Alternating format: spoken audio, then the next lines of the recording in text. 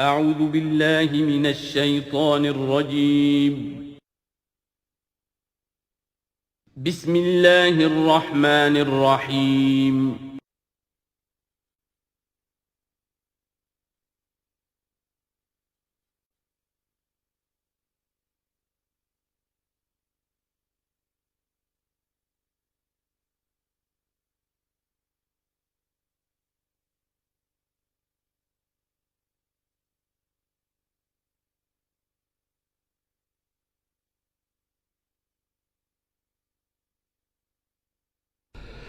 نحمده ونصلي على رسوله الكريم اما بعد فاعوذ بالله من الشيطان الرجيم بسم الله الرحمن الرحيم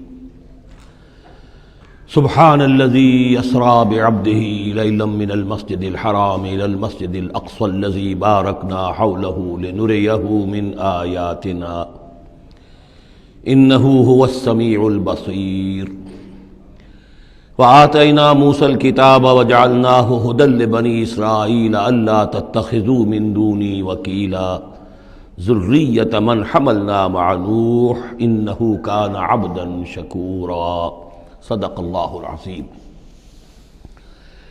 اس سے پہلے کہ ہم سورہ بنی اسرائیل کا ترجمہ شروع کریں، سورہ نحل کے آخری حصے میں ایک بڑی عظیم آیت آئی تھی کہ جس کے حوالے سے کسی قدر وضاحت ہونی چاہیے، لیکن چونکہ اس وقت میں چاہتا تھا کہ وقت کے اندر اس کا ترجمہ مکمل ہو جائے تو میں اس وقت رکا نہیں۔ یہ آیت نمبر 125 ہے سورہ مبارکہ کی ادع الی سبیل ربک بالحکمت والموعظۃ الحسنۃ وجادلھم باللتی ہی احسن۔ اصل میں اس میں دعوت اسلامی اور دعوت دین کے 3 مختلف لیولز کا تذکرہ ہے۔ عام طور پر اس کو ایک ہی چیز سمجھ کر لوگوں نے ترجمہ بھی کیا ہے، وضاحت بھی کی ہے، لیکن دقت نظر سے جائزہ لیا جائے تو چونکہ انسانوں میں مختلف قسم کے انسان ہیں تو دعوت و تبلیغ کے بھی اسی اعتبار سے مختلف گوشے کہہ لیجئے، مختلف لیولز کہہ لیجئے۔ مثلا یہ کہ انسانوں میں ایک چھوٹی بڑی ہی مائنیوٹ مائنورٹی ہوتی ہے جن کو ہم انٹیلیجنسیا کہتے ہیں۔ یہ وہ لوگ ہیں کہ جو عقل سے کام لیتے ہیں، کسی بات کو قبول کرتے ہیں تو پہلے عقل سے سمجھتے ہیں تب قبول کرتے ہیں، جذبات سے نہیں۔ اور یہ کہ کسی شے کو رد کرتے ہیں تو دلیل سے کرتے ہیں، اگر قبول کرتے ہیں تو دلیل سے، رد کرتے ہیں تو دلیل سے۔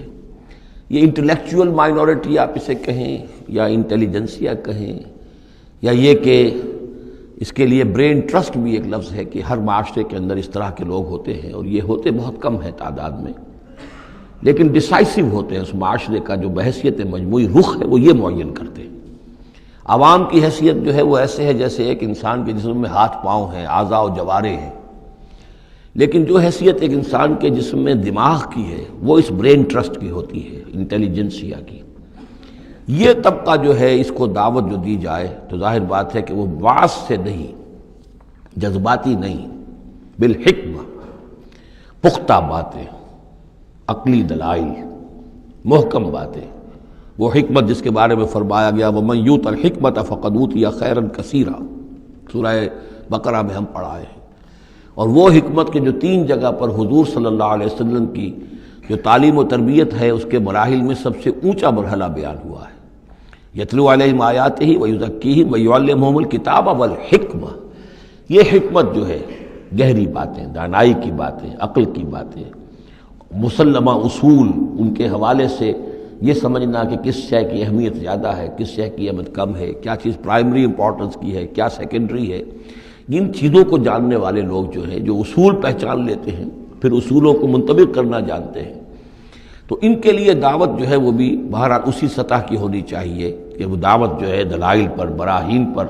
جب قرآن کہتا ہے اپنے مخالفین سے ہاتوا برہانکم ان کنتم صادقین، لاؤ دلیل لاؤ، تو ظاہر بات ہے کہ پھر ان کے مخاطبین جو ہیں ان کو بھی حق پہنچتا ہے کہ وہ دلیل طلب کریں۔ اب اس کے لیے ظاہر بات ہے کہ وہی شخص یہ کام کر سکتا ہے جو خود اپنی ذہنی سطح کے اعتبار سے کافی بلند ہو چکا ہو، جس کا اپنا شعور بہت پختہ ہو چکا ہو۔ جب تک کہ وہ خود حکیم نہ ہو تو حکمت کے ساتھ دعوت کیسے دے گا؟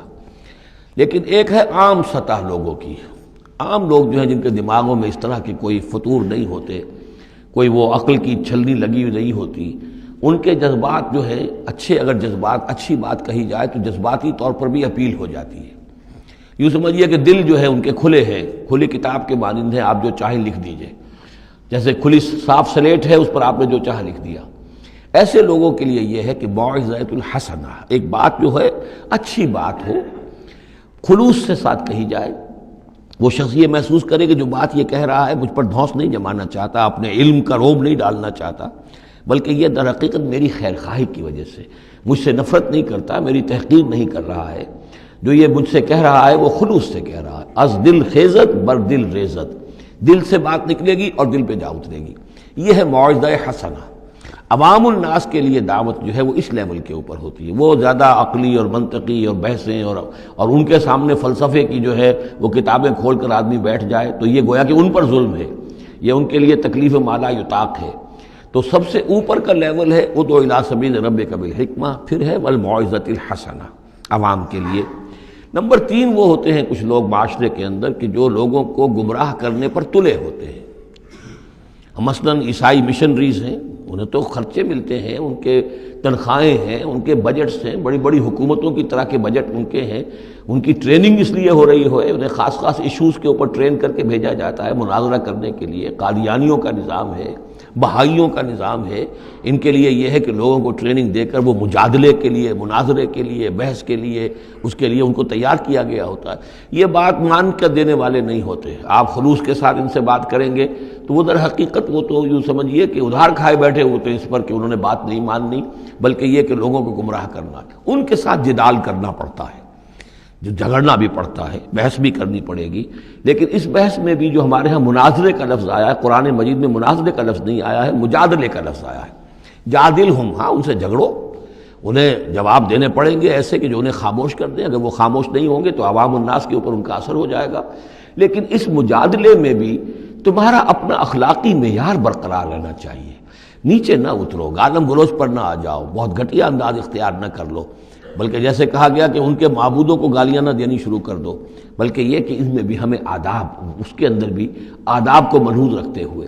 تو یہ 3 لیولز ہیں، ادع الی سبیل ربک بالحکمۃ والموعظۃ الحسنۃ وجادلہم باللتی احسن۔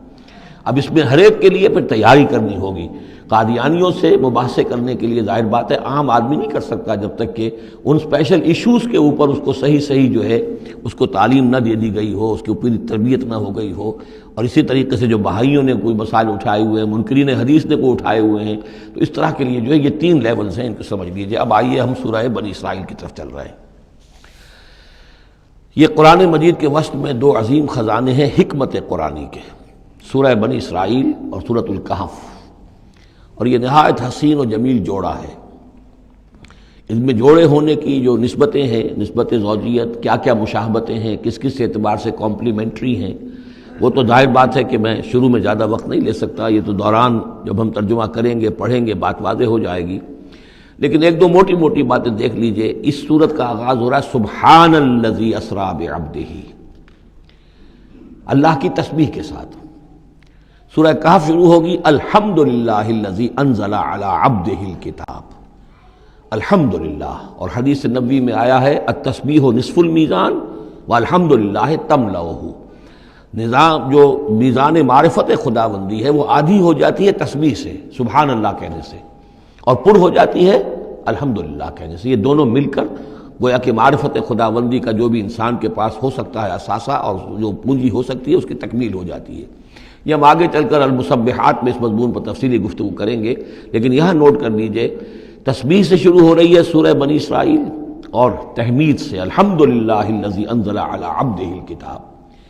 پھر یہ کہ یہاں ہے ذکر اللہ اپنے بندے کو لے گیا، وہاں ہے اللہ نے اپنے بندے پر کتاب اتاری، یہ گویا کہ ریسیپروکل معاملہ ہو رہا ہے۔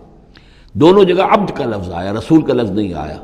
سبحان الذی اسریٰ بعبدہ، الحمدللہ الذی انزل علی عبدہ الکتاب۔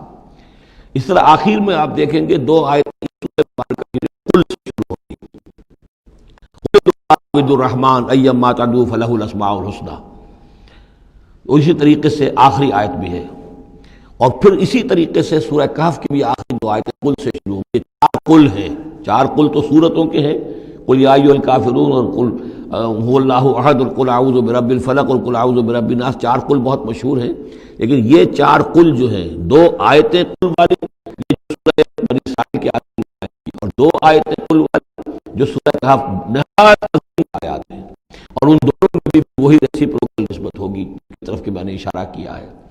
ایک اور خاص بات یہ ہے ان صورتوں میں کہ یہ اس طریقے سے انٹر لاکڈ ہے، جیسے ریل گاڑی کے 2 ڈبے ہوتے ہیں ان کو جوڑا ہوا ہوتا ہے بیچ میں، انٹر لاکڈ ہوتے ہیں۔ یہ جو ہے وہ ختم ہوگی سورہ مبارکہ کبر ہو تکبیرا، قل الحمد للہ الذی لم یتخذ ولدا، کہو کہ قل حمد، کل تعریف اللہ کے لیے ہے جس نے کسی کو اپنا بیٹا نہیں بنایا۔ یہ آخری آیت ہے، اور اس حکم پر گویا کہ تعمیل کرتے ہوئے اگلی صورت نازل ہو رہی ہے، الحمد للہ الذی انزل علی عبدہ الکتاب ولم یجعل لہ عوجا۔ اس طریقے سے یہ دونوں جوڑے جو ہیں باہم انٹر لاکڈ بھی ہیں۔ یہ سورہ بنی اسرائیل جو ہے اس کا پہلا رکوع اس اعتبار سے بہت اہم ہے، بہت عظیم ہے کہ اس میں بنی اسرائیل کی تاریخ کے 4 ادوار کا تذکرہ ہے جو کہ حضور صلی اللہ علیہ وسلم کی بعثت تک گزر چکے تھے۔ 2000 برس کی تاریخ ان کی ہے، جس کو کہ 4 ادوار میں یہاں 4 آیتوں میں سمو کر بیان کر دیا گیا۔ اس کا ہمارے لیے فائدہ کیا ہے کہ ایک حدیث نبوی میں آیا ہے لَيَأْتِيَنَّ عَلَىٰ أُمَّتِي مَا أَتَىٰ عَلَىٰ بَنِي إِسْرَائِيلَ حَزْوَ النَّعْلِ بِالنَّعْلِ، میری امت پر بھی وہ تمام حالات وارد ہو کر رہیں گے جو بنی اسرائیل پر وارد ہوئے، بالکل ایسے جیسے کہ ایک جوتی دوسری جوتی سے مشابہ ہوتی ہے۔ جوتیوں کا جوڑا زمین پر رکھا ہو تو آپ کو مختلف نظر آئیں گے، جوتیوں کے رخ جو ہیں وہ مختلف ہوں گے پنجوں کے حساب سے، لیکن اگر ان کے تلووں کو جوڑ دیں گے تو معلوم ہوگا کہ ان میں کوئی فرق نہیں ہے۔ تو اسی طریقے سے 4 ادوار امت مسلمہ، امت محمد صلی اللہ علیہ وسلم کی تاریخ کے گزر چکے ہیں۔ تو گویا کہ اپنے آپ کو سمجھنے کے لیے بھی یہ آئینہ جو ہے ان آیات میں جو تاریخ بنی اسرائیل کا آ رہا ہے وہ بہت مفید ہے۔ چنانچہ اس پر میں نے مضمون لکھا تھا، وہ پھر پہلے تو اب چھپتا ہے چھوٹی شکل میں، وہ کتابچہ ہے تنظیم اسلامی کا تاریخی پس منظر، اور اس کے بعد ایک بڑی کتاب بھی اب آ چکی ہے، سابقہ اور موجودہ مسلمان امتوں کا ماضی، حال اور مستقبل، اردو میں وہ کتاب بھی موجود ہے جو اس موضوع پر ہے۔ لیکن اس ضمن میں جو کچھ مجھ پر کھلا ہے وہ در حقیقت ان آیات کے حوالے سے اور اس حدیث کی کنجی سے، وہ حدیث جو ہے گویا کہ وہ ایک کنجی کی حیثیت رکھتی تھی جس سے کہ میں نے ان آیات میں جو خزانہ مضمر ہے علم کا اور معرفت کا اور معلومات کا، اس کو میں نے کھولا ہے اللہ کے فضل و کرم سے۔ اب جو ہے انگریزی میں بھی یہ کتابچہ جو ہے چھوٹا بھی موجود ہے، rise and fall of the Muslim Ummah, اور دوسری طرف انگریزی میں اب دوسری کتاب کی بھی ترجمانی آ گئی ہے، لیسنز فرام ہسٹری، اور وہ سب کے سب جیسا کہ میں نے عرض کیا یہاں سے ماخوذ ہے۔ سبحان الذی اسریٰ بعبدہ لیلا من المسجد الحرام الی المسجد الاقصی، پاک ہے وہ ذات کہ جو لے گئی راتوں رات اپنے بندے کو صلی اللہ علیہ وسلم مسجد الحرام سے، یعنی مکہ مکرمہ خانہ کعبہ کے پاس سے، الی المسجد الاقصی، دور کی مسجد کی طرف، یعنی یروشلم، بیت مسجد اقصی جو کہ قبلہ رہا ہے بنی اسرائیل کا، الذی بارکنا حولہ، جس کے ماحول کو ہم نے بابرکت بنایا ہے۔ یہ بابرکت اس اعتبار سے بھی ہے کہ بہت ہی یعنی دنیاوی اعتبار سے بھی بہت زرخیز علاقہ ہے، بہت اچھی آب و ہوا ہے، اور اس اعتبار سے بھی کہ یہاں سینکڑوں نبی آئے ہیں، حضرت ابراہیم کا مدفن بھی وہیں ہے، حضرت ابراہیم کا مسکن وہ رہا ہے، بہت سے انبیاء وہاں رہے ہیں، اور یہ جو مرکز رہا ہے یروشلم کا، ہیکل سلیمانی، یہ نہ معلوم کتنے نیک لوگ جو ہیں یہاں رہے ہیں اور یہاں پر عبادتیں ہوتی رہی ہیں، تو وہ پورا ماحول جو ہے روحانی اعتبار سے بھی مادی اعتبار سے بھی بڑا بابرکت ہے۔ یہ اشارہ ہو رہا ہے معراج کے سفر کی طرف، جس کے 2 حصے ہیں، ایک حصہ زمینی اور حصہ پھر آسمان کی طرف۔ زمینی حصہ یہ ہے کہ مسجد حرام سے اور مسجد اقصی یروشلم تک حضور کو لے جایا گیا، اور اس کے بعد پھر وہاں سے جو ہے اسینٹ، جو اوپر اٹھنا جو ہے آسمانوں کی طرف کا سفر جو ہے وہ شروع ہوا ہے۔ قرآن مجید میں یہاں صرف اس پہلے حصے کا ذکر کیا ہے، اور اس کا خاص سبب کیا ہے؟ اس کا سبب یہ ہے کہ اب گویا کہ اعلان ہو رہا ہے کہ محمد الرسول اللہ صلی اللہ علیہ وسلم کو اللہ تعالیٰ ان دونوں دین کے جو توحید کے عظیم مراکز تھے ان کا متولی بنا رہا ہے، محمد کو اور ان کی امت کو صلی اللہ علیہ وسلم وعلیٰ صحابہ الصلاۃ والسلام۔ اس حوالے سے آپ کو وہاں لے جایا گیا، وہاں تمام انبیاء کرام ان کی ارواح وہاں جمع ہوئیں، جو بھی ان کو اللہ تعالیٰ نے اس وقت جسد دیے ہوں گے، مثالی جسد دیے جن حقیقتوں کو ہم نہیں جان سکتے، یہ تمام جو ہے پھر متشابہات میں آ جائے گا۔ وہاں حضور نے ان کی امامت کی، پھر وہاں سے آسمان کی طرف آپ کا سفر کا جو ہے وہ عروج کا، معراج کا سفر شروع ہوا ہے۔ اس کا ذکر قرآن مجید میں اس دوسرے حصے کا جو ہے وہ پھر سورۃ النجم میں آئے گا مختصر طور پر، یہاں صرف اس کے زمینی حصے کا ذکر ہے۔ سبحان الذی اسریٰ بعبدہ لیلا من المسجد الحرام الی المسجد الاقصی الذی بارکنا حولہ لنریہ من آیاتنا، تاکہ ہم دکھائیں اسے، اپنے بندے کو، محمد کو صلی اللہ علیہ وسلم، اپنی آیات۔ انہ هو السمیع العلیم، یقیناً سمیع البصیر، یقیناً وہی اللہ ہے سب کچھ سننے والا، سب کچھ دیکھنے والا۔ اب اس کے بعد وہ جو مرکز تھا وہاں پر، چونکہ بنی اسرائیل کی تاریخ کا وہ مرکز رہا ہے، حضرت سلیمان علیہ السلام نے اس کو تعبیر کیا تھا، تو اب ان کی تاریخ کا حوالہ شروع ہو رہا ہے۔ وَآتَيْنَا مُوسَى الْكِتَابَ، اور ہم نے موسیٰ کو کتاب دی تھی یعنی تورات۔ وَجَعَلْنَاهُ هُدًى لِبَنِي اسرائیل، اور ہم نے اسے بنایا تھا ہدایت نامہ، رہنمائی بنی اسرائیل کے لیے۔ وہ ہدى للناس اس معنی میں نہیں تھی کہ تمام نوع انسانی کے لیے ہو، بلکہ وہ در حقیقت بنی اسرائیل کے لیے ہدایت نامہ۔ وَجَعَلْنَاهُ هُدًى لِبَنِي اسرائیل أَلَّا تَتَّخِذُوا مِن دُونِي وَكِيلًا، اور اس کی تعلیم کا لب لباب اور خلاصہ، توحید کا اصل جو جوہر ہے، مغز ہے، وہ کیا ہے؟ اللہ کے سوا کسی کو کارساز نہ سمجھو، مت پکڑو کسی اور کو میرے سوا کارساز، کسی پر تمہارا بھروسہ، کسی پر توکل نہ ہو میرے سوا۔ یہ توحید کا لب لباب ہے اور خلاصہ ہے۔ ذریۃ من حملنا مع نوح، اے وہ لوگوں جو اولاد ہو ان کی جن کو ہم نے اٹھایا تھا نوح کے ساتھ، سوار کیا تھا کشتی میں نوح کے ساتھ۔ حضرت نوح علیہ السلام کے 3 بیٹے، سام، حام، یافس، اور ظاہر بات ہے سام ہی کی نسل ہے یہ کہ جس میں حضرت ابراہیم کی پیدائش ہوئی، اور انہی کی نسل ہے یہ بنی اسرائیل۔ تو گویا کہ یہاں ذکر ہو رہا ہے کہ وہ جو لوگ حضرت نوح علیہ السلام کے ساتھ بچا لیے گئے تھے ان کی کشتی میں، انہی میں سے ایک کی نسل تم ہو۔ ذریۃ من حملنا مع نوح انہ کان عبدا شکورا، یقیناً وہ ہمارا بہت ہی شکر گزار بندہ تھا، حضرت نوح علیہ السلام کے بارے میں۔ وقضینا الی بنی اسرائیل فی الکتاب لتفسدن فی الارض مرتین، اور ہم نے یہ پہلے ہی متنبہ کر دیا تھا بنی اسرائیل کو کتاب میں کہ 2 مرتبہ تم زمین میں بڑا فساد بچاؤ گے۔ وَلَتَعْلُنَّ عُلُوًّا كَبِيرًا، اور بہت ہی تم سرکشی کرو گے، بہت بڑی سرکشی کرو گے۔ یعنی 2 ادوار تم پر ایسے آئیں گے، شرارتیں کرو گے، سرکشی کرو گے، دین سے دور ہو جاؤ گے، لہو و لعب میں مبتلا ہو جاؤ گے، عیاشیوں کے اندر، اور اس میں تمہارا جو ہے اللہ تعالیٰ کی طرف سے پھر تمہارے اوپر عذاب کے کوڑے برسیں گے۔ اب یہاں پہ بٹوین دی لائن یہ ہے کہ اس سے پہلے ان کا ایک دور آیا کہ جس کے اندر ان کو اللہ تعالیٰ نے ان پر رحمتیں فرمائیں۔ چونکہ ہم کچھ چیزیں پڑھ چکے ہیں تاریخ بنی اسرائیل کے ضمن میں، وہ ذہن میں رکھیے۔ حضرت موسیٰ علیہ السلام لے کر نکلے بنی اسرائیل کو مصر سے، تو یہ 1400 قبل مسیح کی بات ہے۔ اس کے بعد وہ آئے ہیں، تورات انہیں ملی ہے جبکہ وہ جبل طور کے پاس پڑاؤ ڈالا ہے۔ وہاں سے پھر شمال مشرق کی طرف چلے ہیں، جب کہا گیا کہ جنگ کرو قوم نے انکار کر دیا، تو 40 برس تک کی سزا مل گئی ان کی بزدلی کی وجہ سے۔ 40 برس تک وہ اسی صحرا میں بھٹکتے پھرے۔ اسی دوران حضرت موسیٰ کا انتقال ہو گیا اور حضرت ہارون کا بھی انتقال ہو گیا۔ لیکن پھر صحرا میں جو نسل پیدا ہوئی وہ پلی بڑھی، وہ ہمت والی تھی، مشقت دیکھی ہوئی تھی اس نے پھر جنگ کی اور جہاد کیا۔ حضرت یوشع ابن نون جو خلیفہ اول تھے حضرت موسیٰ علیہ السلام کے، ان کی سرکردگی میں تو فلسطین فتح کر لیا۔ پہلا شہر جو فتح ہوا وہ اریحا یا جریکو ہے، تو آج بھی موجود ہے وہ شہر۔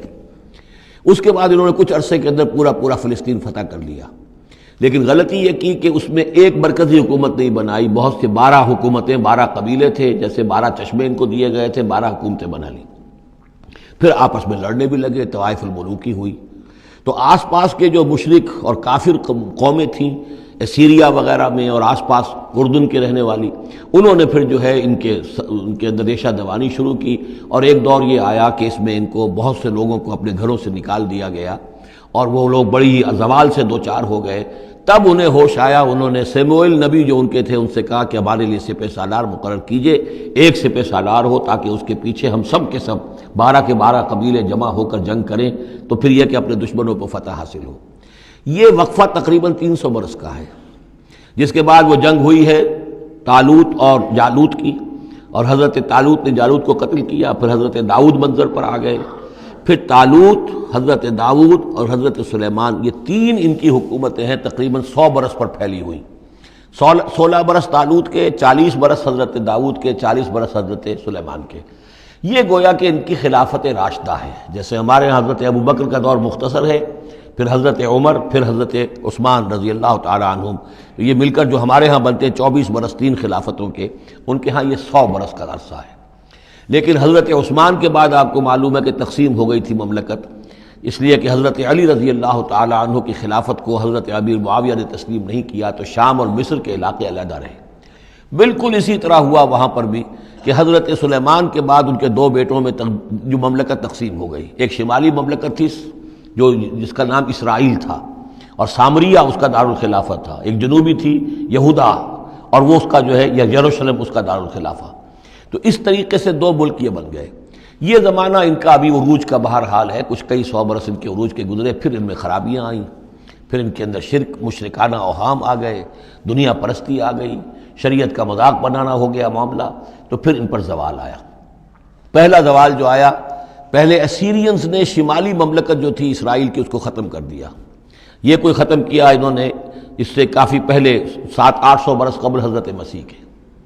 اس کے بعد جو اصل آیا ہے نبوکڈنضر جو نمرود تھا عراق کا، اس کا حملہ ہوا 587 قبل مسیح میں، انہوں نے یروشلم کو برباد کیا، 6 لاکھ کو قتل کیا، 6 لاکھ کو قیدی بنا کے لے گیا، اور یہ کہ یروشلم میں 2 اینٹیں سلامت نہیں رہنے دیں، اور ہیکل سلیمانی کو مسمار کر دیا۔ یہ ان کا بدترین دور آیا، تقریباً 125 برس یہ کیپٹیوٹی میں رہے بیبیلونیا میں، 6 لاکھ کو ہانک کر لے گیا وہاں پر، بدترین دور۔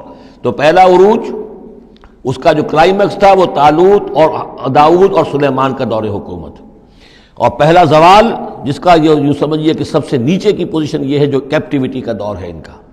اس کے بعد حضرت عزیر علیہ السلام ان میں آئے، اللہ نے بھیجا، انہوں نے دعوت اصلاح توبہ کی منادی کی، پھر یہ لوگ کچھ ٹھیک ہوئے۔ ادھر یہ کہ ایران نے حملہ کیا تھا عراق پر اور ان کو آزاد کر دیا تھا کہ جاؤ تم، کہ خورس نے، ذوالقرنین نے، کہ تم جاؤ اور جا کر اپنا شہر دوبارہ آباد کر لو۔ تو یہ پھر آ گئے، حضرت عزیر کے ساتھ ہو کر آئے ہیں۔ تو یہ تقریباً 458 قبل مسیح میں پھر یہ دوبارہ آئے ہیں۔ تو یہ سمجھیے کہ 125 برس تک یہ جو شہر ہے اجڑا پڑا رہا ہے۔ اسی دوران میں حضرت عزیر کو اللہ تعالیٰ نے 100 برس کے لیے سلائے بھی رکھا ہے، وہ موت ان پر طاری کر دی تھی جو سورہ بقرہ میں ہم پڑھ کر آئے ہیں۔ یہ سارے واقعات کو آپ یوں سمجھ لیجئے کہ یہ علیحدہ علیحدہ ٹکڑے جو ہم نے پڑھے ان کو جوڑ لیجئے۔ بہرحال پھر ان کے اندر یہ کہ ایک نیکی کی تحریک چلی، پھر ان کے اندر لوگوں نے توبہ کی، پھر اللہ نے انہیں دوبارہ ایک عروج عطا کیا، مکابی سلطنت قائم ہوئی، اور وہ جہاں تک دنیاوی حدود ہیں، زمینی حدود، وہ حضرت سلیمان کی مملکت سے بھی بڑی تھی۔ یہ ان کا دوسرا دور عروج ہے۔ لیکن پھر ان کے اندر زوال آیا، پھر خرابی آئی، پھر وہی دنیا پرستی، وہی عیاشیاں، وہی بدماشیاں، وہی مشرکانہ اوہام۔ اس کے نتیجے میں پھر ان پر جو کوڑے پڑے ہیں وہ پہلے تو پڑے ہیں یونانیوں کے ہاتھوں، سکندر مقدونی نے پہلے فتح کیا ان کو، پھر سلیوکس جو اس کا اس پہ سالار تھا وہ ان پر حکمران رہا ہے۔ اس کے بعد یہ ہے کہ پھر رومنز آ گئے، رومنز نے ان کو فتح کر لیا، ان کی حکومتیں چلتی رہیں۔ یہ دوسرا دور ہے۔ اس دور میں پھر یہ ہے کہ رومنی کے ہاتھوں سن 70 عیسوی میں دوبارہ یروشلم تباہ و برباد ہوا، 1,33,000 یہودی ایک دن میں قتل کیے۔ پھر دوبارہ وہ ٹیمپل یا ہیکل سلیمانی جو دوبارہ تعمیر کر لیا تھا حضرت عزیر کے بعد، پھر وہ مسمار کر دیا گیا، اور وہ آج تک مسمار پڑا ہوا ہے۔ اور گویا کہ حضور صلی اللہ علیہ وسلم کی بعثت کے وقت 500 برس ہو چکے تھے اس کو مسمار ہوئے ہوئے۔ سن 70 عیسوی میں وہ مسمار ہوا، اور 571 میں حضور کی پیدائش ہے، یعنی آپ کی پیدائش بھی پورے 500 برس بعد ہوئی ہے، جبکہ یہ رومیوں کے ہاتھوں ہیکل سلیمانی تباہ و برباد کر دیا گیا تھا۔ یروشلم میں پھر کوئی متنفس نہیں رہا، لیکن یہ کہ بعد میں جو ہے اس کے اندر ان کو یہاں سے نکال باہر کیا گیا، ان کا ڈائسپورا شروع ہو گیا۔ وہ ڈائسپورا اس صدی کے شروع میں ختم ہوا ہے، وہ پھر میں بعد میں بات کروں گا۔ یہ ساری داستان بڑی اہم ہے، اس لیے کہ یہ سابقہ امت مسلمہ ہے۔ یہ وہ امت مسلمہ ہے جس کے ہاں 1400 برس تک نبوت رہی، جس کے ہاں 3 کتابیں نازل ہوئی ہیں، جن کے بارے میں قرآن میں 2 جگہ ہے کہ یا بنی اسرائیل اذکروا نعمتی التی انعمت علیکم وانی فضلتکم علی العالمین، میں نے تمام جہان والوں پر تمہیں فضیلت دی ہے۔ تو اسی طریقے سے پھر ان کو معزول جب کرنے کے بعد ہم سامنے آئے ہیں تو حضور نے بتایا وہی کچھ تم پر بھی ہوگا اور وہی کچھ ہم پر بھی ہوا ہے۔ ہمارا بھی پہلا عروج عربوں کی زیر قیادت تھا، پھر زوال آیا، پہلے پٹائی ہوئی کروسیڈرز کے ہاتھوں، پھر جو پٹائی ہوئی ہے، بڑی پٹائی جو ہوئی ہے وہ ہوئی ہے پھر ہلاکو اور چنگیز کے ذریعے سے، فتنہ تاتار، اس کے بعد پھر جو ہے وہ قیادت بدل گئی، عربوں کی قیادت کے بجائے ترکوں کی قیادت آ گئی. وہ وہی لوگ جنہوں نے لاکھوں کروڑوں مسلمان قتل کیے، پھر وہ ایمان لے آئے، اسلام لے آئے. انہی کے ذریعے کی مختلف حکومتیں بنی، ترکان تیموری اور ترکان صفوی اور ترکان سلجوقی اور ترکان عثمانی. لیکن اس کے بعد پھر ان پر بھی زوال آیا. وہ ہم نے دیکھ لیا اس صدی میں گریٹ اوٹومان امپائر جو ہے اس صدی کے شروع میں ختم ہو گئی. اور ہم پر بھی جو دوسرا جو دور آیا عذاب کا، وہ یورپ کی قوموں کے ذریعے سے آیا. کہیں انگریز آ گئے، کہیں فرانسیسی آ گئے، کہیں اطالوی آ گئے، کہیں اسپینیئرز آ گئے، کہیں ڈچ آ گئے. تو جیسے کہ یہودیوں پر بھی دوسرا عذاب جو آیا تھا وہ گریکس اور رومنز کے ہاتھوں، اسی طریقے سے مسلمانوں پر بھی دوسرا زوال کا دور جو آیا ہے وہ یورپین کولونیل پاورز کے ہاتھوں آیا. ہم نے یہ طے کر دیا تھا، پہلے ہی سنا دیا تھا بنی اسرائیل کو کہ تم اپنی تاریخ میں 2 مرتبہ بہت فساد مچاؤ گے اور بہت سرکشی کرو گے. فَإِذَا جَاءَ وَعْدُ أُولَاهُمَا، جب ان دونوں میں سے پہلے وعدے کا وقت آ گیا، بَعَثْنَا عَلَيْكُمْ عِبَادًا لَنَا أُولِي بَأْسٍ شَدِيدٍ، ہم نے تم پر مسلط کر دیے اپنے ایسے بندے جو بڑی سخت جنگ کرنے والے، بڑے سخت جنگجو تھے. فَجَاسُوا خِلَالَ الدِّيَارِ، تو وہ تمہاری آبادیوں میں، ملکوں میں گھس گئے. وَكَانَ وَعْدًا مَفْعُولًا، اور وہ وعدہ جو اللہ کا تھا وہ پورا ہو کر رہا. یعنی جب تم شرارت کرو گے، جب تم دین سے برگشتہ ہو جاؤ گے، جب تم اللہ کی کتاب کو، اللہ کے قانون کو جو ہے وہ مذاق اور ہنسی بنا لو گے، تو پھر تم پر ہمارے عذاب کے کوڑے پڑیں گے. یہ میں بتا چکا ہوں. پہلے یہ کوڑے آئے اسیرینز کے ہاتھوں جنہوں نے ختم کر دیا اسرائیلی مملکت کو. پھر یہ آئے نیبوکڈنیزر کے ہاتھوں، بیبیلونینز کے ہاتھوں، جس نے کہ یروشلم کو بھی برباد کیا، 6 لاکھ کو قتل کیا، 6 لاکھ کو ساتھ لے گیا اور ہیکل سلیمانی مسمار کر دیا. ثم رددنا لکم الکرۃ علیہم، پھر ہم نے تمہاری باری لوٹائی ان پر. پھر اللہ تعالیٰ نے ان کو پھر ایک مرتبہ پھر وہ دی سہارا دیا. چاہے وہ سہارا ایرانیوں کی وجہ سے ہوا کہ خورس یا سائرس ذوالقرنین، اس نے اب عراق پر حملہ کیا اور پھر یہاں پہ ان کو اجازت دے دی کہ تم چلے جاؤ اور جا کر اپنا شہر دوبارہ آباد کر لو. تو یہ واپس آئے. ثم رددنا لکم الکرۃ علیہم، پھر ہم نے تمہاری باری لوٹا دی ان پر. وامددناکم، اور تمہاری مدد کی، بے اموال کے ذریعے سے بھی، و بنینا، اور اولاد بیٹوں کے ذریعے سے بھی، وجعلناکم اکثر نفیرا، اور پھر ہم نے تمہیں بنا دیا ایک کثیر تعداد والی قوم. تم پھلے پھولے پھر ایک بڑی پراسپرس قوم بن گئے. ان احسنتم احسنتم لانفسکم، تم نے اگر کوئی بھلائی کمائی تو اپنے نفس کے لیے بھلائی کمائی، اپنے لیے کمائی، اپنے فائدے کے لیے. وَإِنْ أَسَأْتُمْ فَلَهَا، اور اگر کوئی برا کام کیا تو وہ بھی اپنے لیے کیا، اس کا وبال تم پر دنیا میں بھی آیا اور آخرت میں بھی اس کا عذاب آئے گا. فَإِذَا جَاءَ وَعْدُ الْآخِرَةِ، جب وہ دوسری مرتبہ کی وہ سرکشی اور تمرد اور شیطنت تمہاری اور تمہارا جو ہے دین سے برگشتگی کا دور آیا، تو دوسرے وعدے کا وقت آیا. لِيَسُوءُ وُجُوهَكُمْ، یہاں وہ الفاظ محذوف سمجھیے. بَعَثْنَا عَلَيْكُمْ عِبَادًا لَنَا أُولِي بَأْسٍ شَدِيدٍ، وہ گویا کہ الفاظ یہاں ریپیٹ نہیں کیے گئے. دوبارہ پھر ہم نے تمہارے اوپر ایسے زوردار لوگوں کو مسلط کیا. لِيَسُوءُ وُجُوهَكُمْ، تاکہ وہ تمہارے چہروں کو بگاڑ دیں، تمہارے حلیے بگاڑ دیں. وَلِيَدْخُلُوا الْمَسْجِدَ كَمَا دَخَلُوهُ أَوَّلَ مَرَّةٍ، اور وہ داخل ہوں مسجد میں، یعنی مسجد اقصیٰ میں، ہیکل سلیمانی میں، جیسے کہ وہ داخل ہوئے تھے پہلی مرتبہ.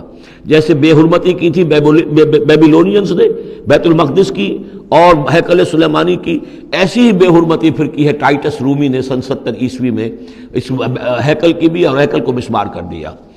لِيَدْخُلُوا الْمَسْجِدَ كَمَا دَخَلُوهُ أَوَّلَ مَرَّةٍ وَلِيُتَبِّرُوا مَا عَلَوْا تَتْبِيرًا، اور یہ کہ تباہ و برباد کر دیں ہر اس شے کو جس کے اوپر بھی ان کو اختیار اور قبضہ حاصل ہو جائے. عَسَىٰ رَبُّكُمْ أَن يَرْحَمَكُمْ، یہ دور گزر چکے 2000 برس، یعنی ان کا سیکنڈ جو سمجھیے کہ زوال کی انتہا تھی وہ چلی آ رہی تھی 500 برس سے محمد الرسول اللہ صلی اللہ علیہ وسلم کی بعثت کے وقت تک. ایک عروج، ایک زوال، پھر عروج، پھر زوال، اور زوال کو 500 برس ہو گئے تھے جب کہ حضور کی بعثت ہوئی اور یہ قرآن نازل ہوا. ان حالات میں کہا جا رہا ہے عسیٰ ربکم ان یرحمکم، تمہارا رب اب بھی تم پر رحم فرمانے کو تیار ہے. ممکن ہے کہ تمہارا رب تم پر رحم کرے. وَإِنْ عُدْتُمْ، اگر تم نے وہی روش اختیار کی، وہی کفر کیا، وہی حق کو ماننے سے انکار کیا اور اعراض کیا، عدنا، پھر ہم وہی کچھ کریں گے جو ہم نے پہلے کیا تھا. وجعلنا جہنم للکافرین حصیرا، اور ہم نے کافروں کے لیے جہنم کو تو باڑا بنا رکھا ہے، جیل تو بنا رکھی ہے ہم نے جو ان سب کا احاطہ کر لے گی. جس طرح کہ جانوروں کے باڑے میں بند کر دیا جاتا ہے، اسی طریقے سے قید خانہ ہم نے تیار کر رکھا. آخرت کا قید خانہ تو ہے ہی، اس دنیا میں بھی تم پر عذاب کے کوڑے برسیں گے.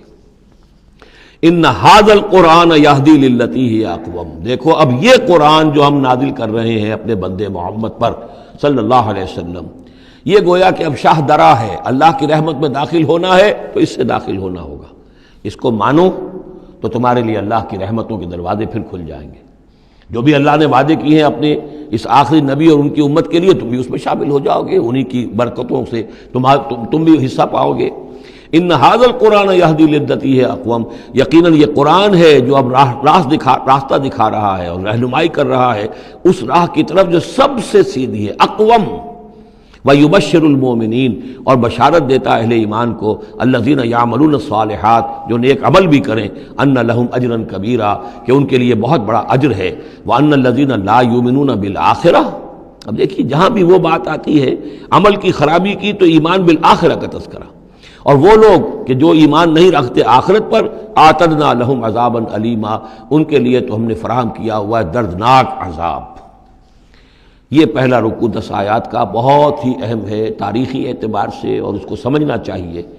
یہ خد و خال یہ ہماری ہی گویا کہ امت مسلمہ ایک ہم ہیں، الحمدللہ امت محمد میں شامل ہے، لیکن یہ بھی ایک امت مسلمہ تھی، یہ سابقہ امت مسلمہ ہے، اور ابھی یہ ختم نہیں ہوئی ہے، موجود ہے، اگر ڈپوزڈ ہے، معزول کر دی گئی ہے وہ دوسری بات ہے، اور تقریباً 2000 برس سے یہ بڑے سختیوں کے اندر تھی، لیکن اب تقریباً 100 برس سے یہ ابھر کر آ گئی ہے، اور یوں سمجھیے کہ اب 2 پتنگیں اوپر چڑھ رہی ہیں، ایک سابقہ امت مسلمہ کی 1917 سے چڑھنی شروع ہوئی، بالفور ڈکلریشن، 1948 میں اسرائیل بن گیا، 1967 میں اسرائیل کی جو توسیع ہو گئی، 1991 میں آپ کو معلوم ہے کہ جو اس کا اربوں میں ایک ہی دشمن ہو سکتا تھا جس سے اسے خطرہ تھا، عراق، اس کا برکس نکال دیا گیا۔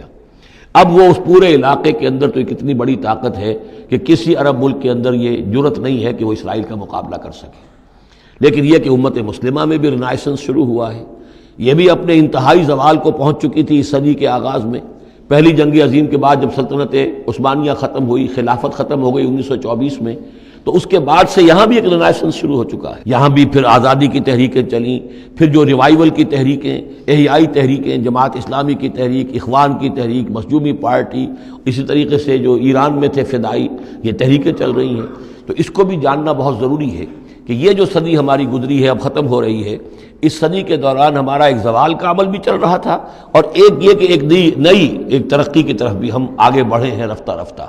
یہ دونوں پروسیس سائڈ بائی سائڈ، مرج البحرین یلتقیان بینہما برزخ لا یبغیان، یہ دونوں عمل چل رہے ہیں۔ ان تمام چیزوں کا صحیح اندازہ ہونا چاہیے، ذہن میں خاکہ ہونا چاہیے، تاکہ کوئی شخص دین کی خدمت کر رہا ہو تو اسے معلوم ہو زمان و مکان کے اعتبار سے میں کہاں ہوں، کس جگہ کھڑا ہوں، ماضی کیا ہے، سامنے کیا ہے، داہنے بائیں کیا حالات ہیں۔ تو یہ ساری چیزیں جو ہیں ان کو سمجھنا بہت ضروری ہے، چنانچہ وہ جو میں نے چند کتابوں کا تذکرہ کیا ان کو غور سے پڑھیے، 2 مختصر ہیں، 2 ذرا اس سے بڑی ہیں۔ وَيَدْعُو الْإِنسَانُ بِالشَّرِّ دُعَاءَهُ بِالْخَيْرِ، اور انسان پکار بیٹھتا ہے شر جبکہ وہ پکار رہا ہوتا ہے اپنے نزدیک خیر، یعنی جب انسان دعا کرتا ہے اللہ یوں کر دے، اسے یہ معلوم نہیں کہ یہ اس کے لیے شر ہے، مانگ رہا ہے، جیسا کہ ہم پڑھ چکے سورہ بقرہ میں، عسیٰ ان تکرہوا شیئا وہو خیر لکم، اے اللہ یہ چیز مجھ سے دور کر دے، جو چیز تم ناپسند کرتے ہو حقیقت میں اس میں تمہارا خیر ہے، وعسیٰ ان تحبوا شیئا وہو شر لکم، اور ہو سکتا ہے تم کسی شے کو پسند کرو اور اس میں تمہارے لیے شر ہے، اللہ یعلم وانتم لا تعلمون، اللہ جانتا ہے تم نہیں جانتے۔ اصل بات کیا ہے کہ اللہ کے حوالے کیا جائے، تفویض الامر، اے اللہ تیرے حوالے، سپردم بے تو مایا خیش را تو دانی حساب کم و بیش را، تیرے علم میں جو چیز میرے لیے خیر ہے وہ فیصلہ فرما دے، چاہے مجھے اچھی لگے یا بری لگے، لیکن تیرے علم میں۔ اللہم انی استخیرک بعلمک واستقدرک بقدرتک واسألک من فضلک العظیم، میں تو تیری قدرت سے قدرت چاہتا ہوں، تیرے علم سے خیر چاہتا ہوں، مجھے کیا پتا کس شے میں خیر ہے کس میں شر ہے، تو جانتا ہے۔ لیکن انسان کیا ہے، وہ تو اپنی عقل کو آگے رکھتا ہے، اے اللہ یوں کر دے، ایسا ہو جانا چاہیے، حالانکہ اس کو نہیں معلوم کہ بے وقوف جو شے مانگ رہا ہے وہ اس کے لیے خیر نہیں ہے، شر ہے۔ وَيَدْعُو الْإِنسَانُ بِالشَّرِّ دُعَاءَهُ بِالْخَيْرِ، اور انسان مانگ بیٹھتا ہے اپنے لیے شر جبکہ وہ مانگ رہا ہوتا ہے اپنے تئیں، اپنے خیال میں، اپنے ذوق میں خیر۔ وَكَانَ الْإِنسَانُ عَجُولًا، اور انسان بہت جلد باز ہے، اس جلد بازی کی وجہ سے، شارٹ سائٹڈنس کی وجہ سے وہ شر کو خیر، خیر کو شر سمجھ بیٹھتا ہے۔ وَجَعَلْنَا اللَّيْلَ وَالنَّهَارَ آیَتَيْنِ، اور ہم نے رات اور دن کو 2 نشانیاں بنا دیا ہے۔ فَمَحَوْنَا آیَةَ اللَّيْلِ، تو ہم نے رات والی نشانی کو تو تاریک بنا دیا، اسے مٹا دیا، محو کر دیا. وجعلنا آیۃ النہار مبصرۃ، اور دن والی نشانی کو ہم نے سجھانے والی بنا دیا، روشن کر دیا. لتبتغوا فضلا من ربکم، تاکہ اس روشنی کے اندر تم اپنے رب کا فضل تلاش کرو، تمہاری جو معاشی جد و جہد ہے اس کے لیے بھاگ دوڑ کر سکو. ولتعلموا عدد السنین والحساب، اور دن اور یہ رات کا جو فرق ہے اور تفاوت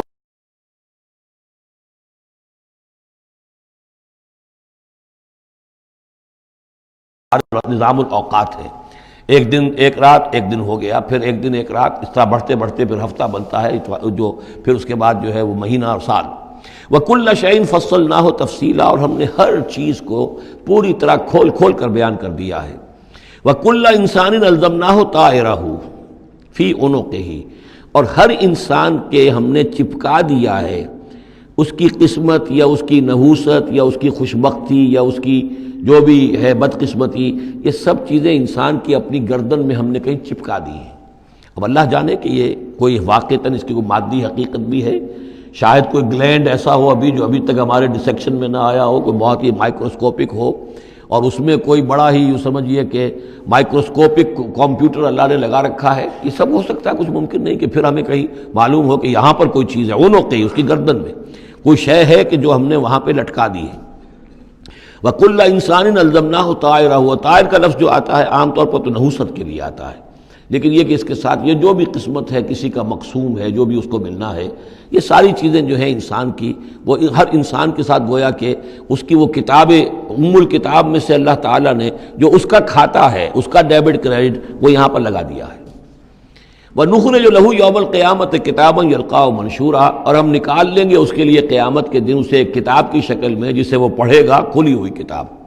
یعنی یہیں پر شاید وہ کوئی لگا ہوا ہے، کوئی ریکارڈر ہے کہ جس کے اندر وہ سارے ہمارے افعال و اعمال ریکارڈ ہو رہے ہیں، چاہے وہ کتنا ہی مائکروسکوپک ہو، اور اس کے بعد اس کو نکال کر جو ہے وہ رکھا جائے. یہ ایک چپ کے اندر، آپ کو معلوم ہے چپسی کا تو سارا کھیل اس وقت دنیا میں چل رہا ہے، اس میں آپ کی پوری زندگی کی فلم موجود ہے، آپ نے ایک ایک حرف جو زبان سے نکالا وہ موجود ہے، آپ کے ذہن میں جو جو خیالات آتے رہے وہ موجود ہے، آپ کے دل میں جو جو نیتیں پروان چڑھتی رہی وہ موجود ہے. وہ ایک چپ جو ہے کفایت کرے گا. وَكُلَّ إِنسَانٍ أَلْزَمْنَاهُ طَائِرَهُ فِي عُنُقِهِ وَنُخْرِجُ لَهُ يَوْمَ الْقِيَامَةِ كِتَابًا يَلْقَاهُ مَنشُورًا، اور کہہ دیا جائے گا اقرا کتابک، خود پڑھ لو اپنی کتاب، یہ اپنا اعمال نامہ خود پڑھ لو. کفا بنفسک اليوم علیک حسیبا، تم خود بھی آج کافی ہو کہ حساب کر لو، ڈیبٹ کریڈٹ کا حساب جوڑ لو، یہ سارا تمہارے سامنے تمہارا کچا چٹھا موجود ہے. من اہتدی فانما یہتدی لنفسہ، جو کوئی بھی ہدایت پر آتا ہے، ہدایت کو اختیار کرتا ہے تو وہ اپنے بھلے کے لیے، اپنے فائدے کے لیے. ومن ضل فانما یضل علیہا، اور جو گمراہ ہوتا ہے تو ظاہر بات ہے وہ اپنے اوپر ہی اس کا وبال لے گا، گمراہ ہوتا ہے اپنے اوپر، اپنے خلاف، اپنے اوپر ہی وبال لے گا. ولا تزر وازرۃ وزر اخری، اور دیکھو نہیں ہوگی کوئی جان اٹھانے والی کسی اور کے جان کے بوجھ کو، ہر ایک کو اپنا بوجھ خود اٹھانا ہے. جو بھی آپ کے اعمال کا انبار ہے وہ آپ کے کندھوں پر ہوگا، کوئی اور نہیں اٹھا سکے گا. وما كنا معذبين حتى نبعث رسولا ومن ضل ولا تزر وازرة وزر اخرى وما كنا معذبين حتى نبعث رسولا. یہ میں نے پہلے بھی حوالہ دیا تھا. آج یہ اللہ کی سنت رہی ہے کہ کسی قوم کے اوپر عذاب ہلاکت، عذاب استیصال، چھوٹے عذاب تو آتے رہتے تھے، لیکن یہ کہ بڑا عذاب جس سے کہ قوم کو نسیہ منسیہ کر دیا جائے، جیسے قوم نوح اور قوم ہود اور قوم صالح پر آئے وغیرہ، ان کے بارے میں اللہ کا قانون یہ ہے کہ جب تک رسول کو نہ بھیج دیا جائے، رسول حق کا حق ہونا واضح نہ کر دے، کوئی اشتباہ نہ رہے، حق مبرہن ہو جائے، اتمام حجت ہو جائے. رسلا مبشرین و منذرین لئلا یکون للناس علی اللہ حجت بعد الرسل، پھر اس کے بعد عذاب آتا تھا. وما كنا معذبین حتی نبعث رسولا، ہم عذاب دینے والے نہیں رہے ہیں جب تک کہ رسول نہ بھیج دیں. وَإِذَا أَرَدْنَا أَن نُهْلِكَ قَرْيَةً أَمَرْنَا مُتْرَفِيهَا، اور جب ہم فیصلہ کر لیتے تھے کہ کسی بستی کو یا کسی علاقے کے رہنے والوں کو ہلاک کرنا ہے تو پھر ہم کھلی چھوٹ دے دیتے تھے اس کے جو مرفہ الحال لوگ ہوتے تھے، دولت والے، پیسے والے، ان کی رسی دراز کرتے تھے. فَفَسَقُوا فِيهَا، وہ خوب ادھم مچاتے تھے، فسق و فجور، لہو و لعب، عیاشیاں، بدماشیاں، اس کا بازار گرم کر دیتے تھے. فحق علیہ القول، یہاں تک کہ وہ گویا کہ بھٹی پوری طرح دہک جاتی تھی اور وہ بستی یا وہ علاقہ جو عذاب الہی کا پورے طور پر مستحق ہو جاتا تھا. وحق علیہ القول فدمرناها تدمیرا، تو پھر ہم اسے، اس بستی کو اکھاڑ کر پٹخ دیتے تھے، اللہ کی طرف سے عذاب آ جاتا تھا. یعنی یہ بتایا جا رہا ہے کہ عذاب آنے میں سب سے بڑا حصہ جو ہوتا ہے کسی قوم کے سرمایہ داروں کا ہوتا ہے، ان کی رنگ رلیاں، ان کے جو بھی ان کے عیش اور ان کی عیاشیاں اور ان کی بدماشیاں جو ہیں، در حقیقت وہ عوام اگر روک نہیں رہے تو وہ بھی مجرم ہو گئے۔ ہاں جو روکنے والے ہیں، نہیں منکر کرنے والے، ان کو اللہ تعالیٰ بچا لیتا ہے، ورنہ یہ کہ جن لوگوں نے ان کو روکا نہیں، گویا کہ وہ انہی کے حکم میں ہے۔ وَكَمْ أَهْلَكْنَا مِنَ الْقُرُونِ مِنْ بَعْدِ نوح، اور کتنی ہی نسلوں اور قوموں کو ہم نے ہلاک کیا ہے نوح کی قوم کے بعد۔ وَكَفَى بِرَبِّكَ بِذُنُوبِ عِبَادِهِ خَبِيرًا بَصِيرًا، اور آپ کا رب کافی ہے لوگوں کے گناہوں سے واقف ہونے کے اعتبار سے، وہ جانتا ہے۔ کفا بربک بذنوب عبادہ خبیرا بصیرا، خبیر اور بصیر ہونے کے اعتبار سے خوب جانتا ہے کس نے کیا کمایا ہے، کس نے کون کون سے گناہ جو ہیں اپنے نامہ اعمال میں درج کرائے ہیں۔ یہ جو اب آیتیں آ رہی ہیں یہ اس موضوع پر، اگرچہ یہ موضوع جو ہے قرآن مجید میں بار بار آتا ہے، لیکن یہ مقام اس موضوع کے لیے ضربۂ سنام ہے قرآن کا، چوٹی یہ ہے اس موضوع پر۔ وہ موضوع کیا ہے؟ من کان یرید العاجلۃ عجلنا لہ فیہا ما نشاء لمن نرید، جو کوئی عاجلہ کا طلبگار بنتا ہے، اس دنیا ہی کا طالب ہے، یہیں کا عیش، یہیں کا آرام، یہیں کی دولت، یہیں کا نام، یہیں کی شہرت، یہیں کا اقتدار، بس یہی کا چاہیے، یہی چاہیے۔ من کانا یرید العاجلۃ، جو ارادہ کر رہا ہے اسی کا، عجلنا لہ فیہا، تو ہم جلد دے دیتے ہیں اسے اس میں سے، کچھ دولت دے دیں گے، کچھ اور شہرت دے دیں گے، کچھ دنوں کے لیے وزیر اعظم بنا دیں گے، کچھ اور کر دیں گے، ان کی محنت جو ہے اس کو کسی نہ کسی درجے میں کامیاب کر دیں گے، لیکن دو شرطوں کے ساتھ۔ ما نشاء لمن نرید، جتنا ہم چاہیں گے اور جس کے لیے چاہیں گے۔ یہ ضروری نہیں کہ ہر شخص جو دنیا کا طالب ہے دنیا اسے مل ہی جائے۔ بہت سے ایسے لوگ ہوتے ہیں وہ ساری عمر اپنے آپ کو ہلکان بھی کر دیتے ہیں، دنیا پھر بھی ہاتھ نہیں آتی، ایسا بھی ہوتا ہے۔ یہ اللہ کا فیصلہ ہوتا ہے، جتنا ہم چاہتے ہیں، جس کو چاہتے ہیں، دنیا میں اس کی محنت کا نتیجہ دے دیتے ہیں۔ من کانا یرید العاجلۃ عجلنا لہ فیہا ما نشاء لمن نرید ثم جعلنا لہ جہنم، پھر چونکہ وہ طالب دنیا کا تھا، اس میں سے ہم نے انہیں دے دیا جتنا چاہا، پھر اس کے لیے ہم جہنم مقرر کر دیتے ہیں، یصلاھا مذموما مدحورا، اس میں وہ داخل ہوگا مذمت زدہ ہو کر اور دھکے دیے جا کر۔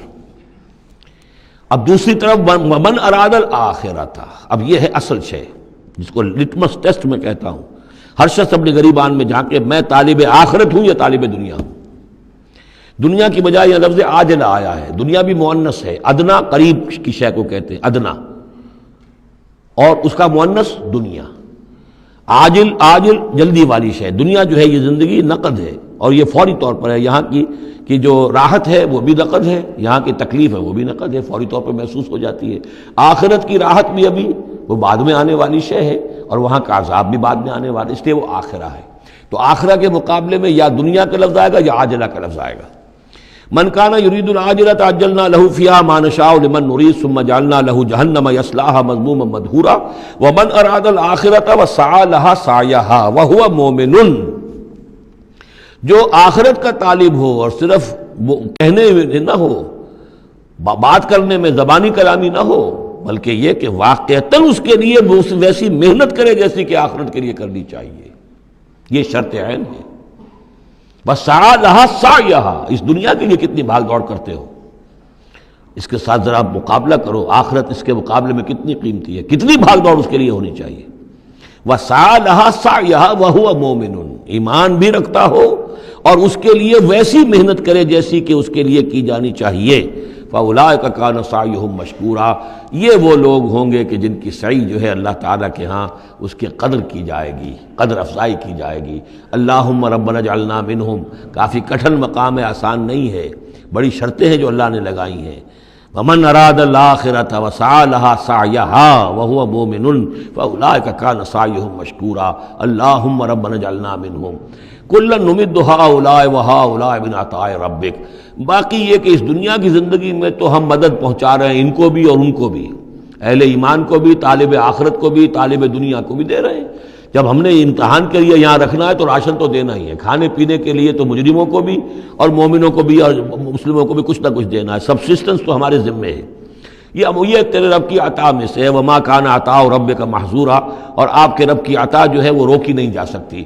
یعنی مسلمان یہ چاہیں کہ کافروں کو کچھ نہ دیا جائے، یہ نہیں، یہاں کا معاملہ ہم نے کھلا چھوڑا ہوا ہے، اس میں یہ کہ آپ چاہیں انہیں کچھ نہ ملے، وہ یہ آپ کی بات پوری نہیں ہوگی۔ انظر کیف فضلنا بعضهم علی بعض، دیکھو کیسے ہم نے بعض کو بعض پر فضیلت دی ہے، دنیا میں مال و اسباب میں دی ہے، ذہنی صلاحیتوں میں دی ہے، اور مختلف اعتبارات سے فضیلتیں دی ہیں۔ وَلَلْآخِرَةُ أَكْبَرُ دَرَجَاتٍ وَأَكْبَرُ تَفْضِيلًا، لیکن آخرت جو ہے وہ درجے کے اعتبار سے اور فضیلت کے اعتبار سے بہت بڑی ہوگی۔ یہاں کتنا فرق پڑ جائے گا، کوئی محل میں رہ رہا ہے، کوئی کٹیا میں رہ رہا ہے۔ اچھا وہ 20 سال رہے گا محل میں، یہ 20 سال رہے گا کٹیا میں، کتنا فرق پڑ گیا۔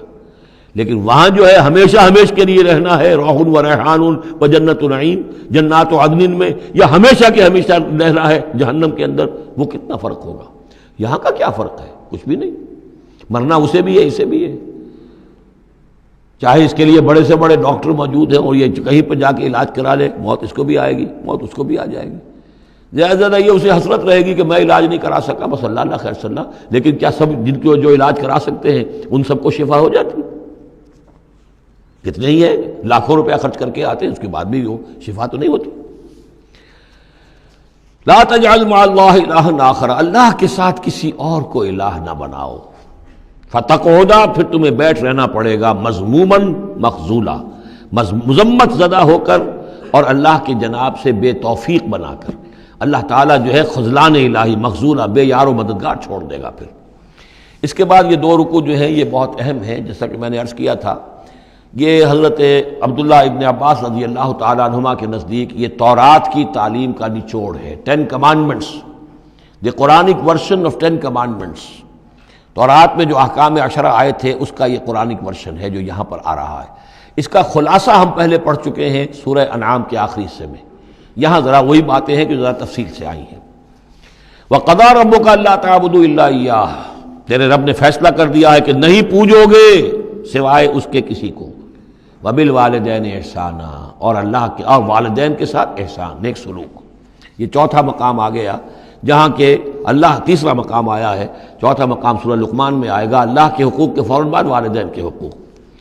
اما یبلغن عندک الکبر، اگر پہنچ ہی جائیں وہ دونوں بڑھاپے تک تمہارے پاس، احدہما، وہ اکیلے کوئی ایک ان میں سے، اور کلاہما، یا دونوں، یعنی والدین اس بڑھاپے کی اور ضعیفی کی عمر کو پہنچ گئے، یا والد فوت ہو گئے والدہ ضعیفی کی عمر کو پہنچ گئی، یا والدہ فوت ہو گئی والد ضعیفی کی عمر کو پہنچ گئے، یا دونوں کے دونوں ضعیفی کی عمر کو پہنچ گئے۔ اما یبلغن عندک الکبر احدہما او کلاہما فلا تقل لہما اف، تو انہیں اف تک مت کہو، جھڑکنا نہیں، ولا تنہرہما، ان کو جھڑکو مت، وقل لہما قولا کریما، ان سے بات کرو نرمی کے ساتھ، ادب کے ساتھ۔ کسی وقت ان کی بات ٹالنی بھی پڑ جاتی ہے، ابا جان یہ بات تو میں نہیں کر سکتا، میری مجبوری ہے، لیکن سختی کے ساتھ نہیں۔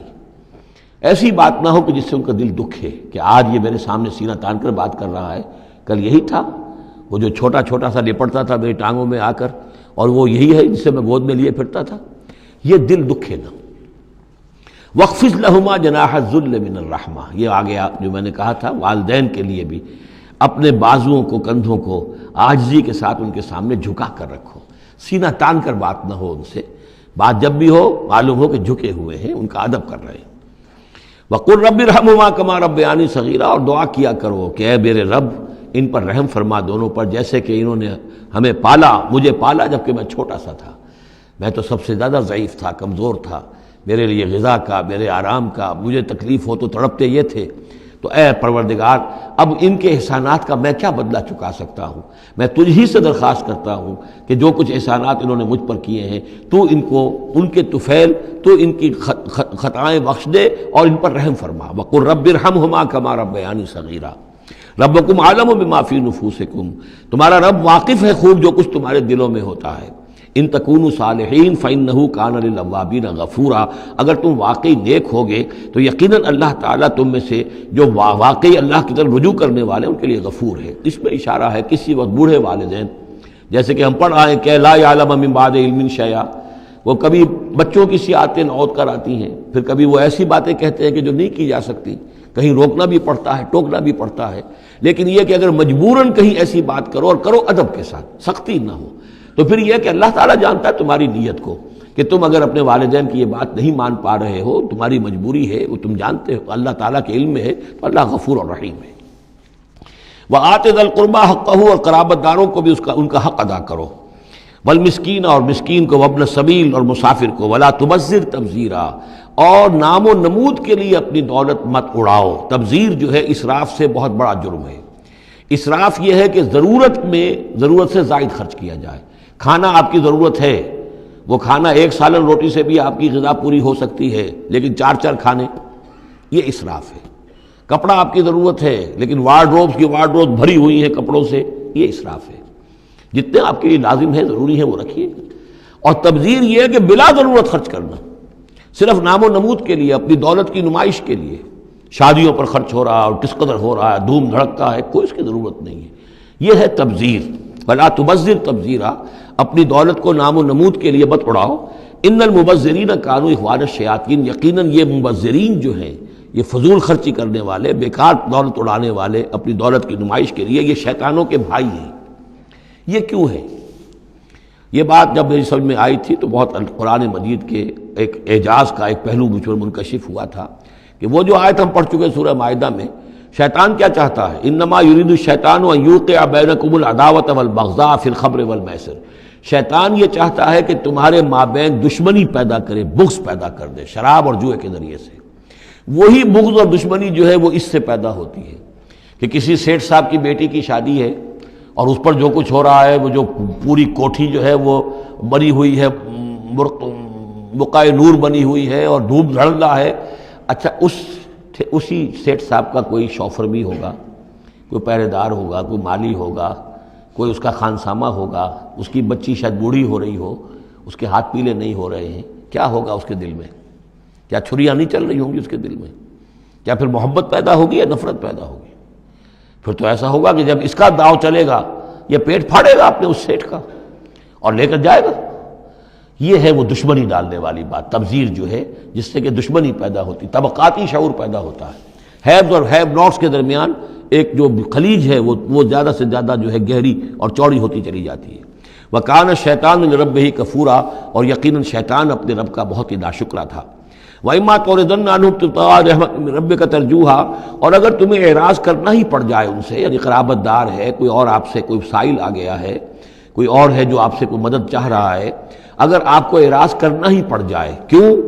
ابتغاء رحمت من ربک ترجوہا، کہ خود تم اپنے رب کی رحمت کے ابھی امیدوار ہو، یعنی اس وقت تمہارے پاس کچھ نہیں ہے، تم بھی امید میں ہو کہ اللہ تعالیٰ تمہیں بھی نواز دے، تمہارے پاس کچھ نہیں ہے، تو اگر اپنے قرابت داروں سے یا ان سے اعراض کرنا پڑ رہا ہے، فَقُلْ لَهُمْ قَوْلًا مَيْسُورًا، تو بات ان سے وہ کرو کہ جو بڑی نرم ہو، شرافت کے ساتھ، انہیں جھڑکو نہیں۔ وَلَا تَجْعَلْ يَدَكَ مَغْلُولَةً إِلَىٰ عُنُقِكَ، اور نہ تو اپنے ہاتھ کو باندھ لو اپنی گردن کے ساتھ، یہ اصل میں کنایا ہے، استعارہ ہے بخل سے، کہ ہاتھ بندھا ہوا ہے، اس ہاتھ سے کچھ نکل ہی نہیں سکتا، کسی کو کچھ خیر جو ہے وہ مل ہی نہیں سکتا۔ وَلَا تَبْسُطْهَا كُلَّ الْبَسْطِ، اور نہ ہی ہاتھ کو کھول دو پورا کا پورا، یعنی یہ کہ بسا اوقات انسان کے اندر نیکی کا جذبہ اتنا جوش کھاتا ہے کہ سب کچھ اللہ کی راہ میں دے کر خود فقیر ہو جائے، یہ بھی نہیں، بلکہ یہ کہ ایک اعتدال کی راہ ہونی چاہیے۔ فَتَقْعُدَ مَلُومًا مَحْسُورًا، ایک وقت میں جذبات کے رو میں آ کر تو یہ سب کچھ کر بیٹھے، اور بعد میں تم جو ہے بیٹھے رہو گے الزام کھائے ہوئے اور ہارے ہوئے، اور پھر ہو سکتا ہے کہ الٹا یہ خیال ہو کہ کیا حماقت میں کر بیٹھا، مجھے جو ہے ذرا اس میں اعتدال کی روش اختیار کرنی چاہیے تھی۔ اس میں بسا اوقات ایسا ہوتا ہے کہ انسان یہ سمجھتا ہے کہ یہ غریب آدمی میرا رشتہ دار جو ہے، میں اس کی کسی نہ کسی طریقے سے اب اس کے حالات بگڑے ہوئے ٹھیک کر ہی دوں، لہذا وہ اپنی امکانی حد تک مدد کر رہا ہے، لیکن حالات ٹھیک نہیں ہو رہے اس کے، تو فرمایا ان ربک یبسط الرزق لمن یشاء ویقدر، یہ جو ہے کسی شخص کے اوپر رزق کا کشادہ ہو جانا اور کسی کے اوپر رزق کی تنگی ہو جانا، یہ تمہارے اختیار میں نہیں ہے، یہ تیرے رب کے اختیار میں ہے، اللہ کے اختیار میں ہے، لہذا اپنا سا فرض ادا کرو، جو تم کر سکتے ہو معقول طریقے سے، معتدل طریقے سے، متوازن طریقے سے وہ کرو، تم یہ نہ سمجھو کہ تم کسی کے حالات کو بدلنے پر قادر ہو۔ ان ربک یبسط الرزق لمن یشاء ویقدر، یہ تو تیرا رب ہی ہے کہ جو کھول دیتا ہے رزق جس کے لیے چاہتا ہے، کشادہ کر دیتا ہے اور تنگ کر دیتا ہے جس کے لیے چاہتا ہے۔ انہ کان بعبادہ خبیرا بصیرا، یقیناً وہ اپنے بندوں کے حق میں اپنے بندوں سے پوری طرح باخبر ہے اور ان کے حالات کو دیکھ رہا ہے۔ ولا تقتلوا اولادکم خشیۃ املاق، اور اپنی اولاد کو قتل مت کرو مفلسی کے اندیشے سے۔ اب یہ جو ہمارے ہاں برتھ کنٹرول کی پوری تحریک ہے پوری دنیا میں، اور مالتھوس صاحب کے زمانے سے جو تحریک چلی تھی، اور یہ کنٹرول جو ہے آبادی کا، پاپولیشن کنٹرول، تو اگرچہ ہم یہ تو نہیں کہہ سکتے کہ اس کی ساری شکلیں حرام مطلق ہیں، بعض شکلیں اس کی جائز ہیں، اور اس کے لیے ہم صرف یہ کہہ سکیں گے کہ وہ مکروہات میں شامل ہے، لیکن یہ کہ ایک تحریک کی حیثیت سے در حقیقت یہ نفی ہے ایمان کی۔ اللہ پر توکل نہیں ہے، اللہ کے رازق ہونے پر بھروسہ نہیں ہے، اپنے حساب کتاب کو جوڑ رہے ہو، تمہیں کیا پتا اللہ کے خزانے کون کون سے ہیں؟ ابھی کچھ عرصے پہلے ہمیں پتہ ہی نہیں تھا کہ سمندر کے اندر سے کیا کچھ غذا نکل آئے گی اور کتنی عمدہ غذا ہوگی۔ یہ گوشت جو آپ کو سمندر سے ملتا ہے یہ کس قدر عمدہ ہے صحت کے لیے۔ باقی جو گوشت ہم کھاتے ہیں اوپر سے ریڈ میٹ، اس کے اندر کیا کیا ہیزرڈز ہیں اور کیا کیا خرابیاں ہماری صحت کے لیے، اور یہ جو ہے جو ہمیں ملتا ہے سمندر سے یہ کس قدر عمدہ ہے، لحمن طریہ جو ہم پڑھ چکے ہیں، تو معلوم نہیں تھا۔ اسی اعتبار سے جان لیجئے کہ تم اپنی اولاد کو قتل نہ کرو، اگرچہ جو بھی یعنی یوں سمجھیے کہ کنٹراسیپٹیو میتھڈ جو ہیں اس کے اوپر قتل کا اطلاق تو نہیں ہوگا، البتہ یہ کہ اگر باقاعدہ ایبارشن ہوتی ہے تو وہ تو یقیناً قتل ہی کے زد میں آئے گی۔ وَلَا تَقْتُلُوا أَوْلَادَكُمْ خَشْيَةَ إِمْلَاقٍ نَحْنُ نَرْزُقُهُمْ وَإِيَّاكُمْ، ہم ہی ان کو بھی رزق پہنچائیں گے اور تمہیں بھی ہم دیتے ہیں۔ تم سمجھتے ہو کہ تمہیں رزق خود اپنے ذریعے سے مل رہا ہے، یہ رزق ہم نے ہے جو تمہیں دیا ہے۔ إِنَّ قَتْلَهُمْ كَانَ خِطًا كَبِيرًا، یقیناً ان کو قتل کرنا جو ہے بہت بڑی خطا ہے۔ وَلَا تَقْرَبُوا الزِّنَا، اور زنا کے قریب تک مت جاؤ۔ اب یہاں پر یہ نہیں کہا کہ زنا مت کرو، زنا سے تو بہت فاصلے پر رہو، keep at a safe distance. ولا تقربوا الزنا، اس کے قریب تک نہ جاؤ، انہ کان فاحشۃ وساء سبیلا، یقیناً یہ بہت بے حیائی کا کام ہے اور بہت ہی برا راستہ ہے۔ ولا تقتلوا النفس التي حرم اللہ الا بالحق، اور مت قتل کرو اس جان کو، انسانی جان کو جسے اللہ نے محترم ٹھہرایا ہے مگر حق کے ساتھ۔ حق کیا ہے؟ قاتل کو قتل کیا جائے گا، اس کی جان لے لی جائے گی، اس کے قتل کے بدلے خون کے بدلے خون، یا مرتد ہے اس اسلامی ریاست میں اسے قتل کر دیا جائے گا، یا یہ کہ زانی یا زانیہ ہے شادی شدہ اس کو رجم کیا جائے گا، یا یہ ہے کہ اور بھی کوئی قتل کی جو ہے جس کے اوپر یہ کہ عائد ہو جائے، کافر ہے حربی ہے، ہر کافر نہیں، جس کے ساتھ اعلان جنگ ہے اسے قتل کیا جائے گا، یہ ہے بالحق۔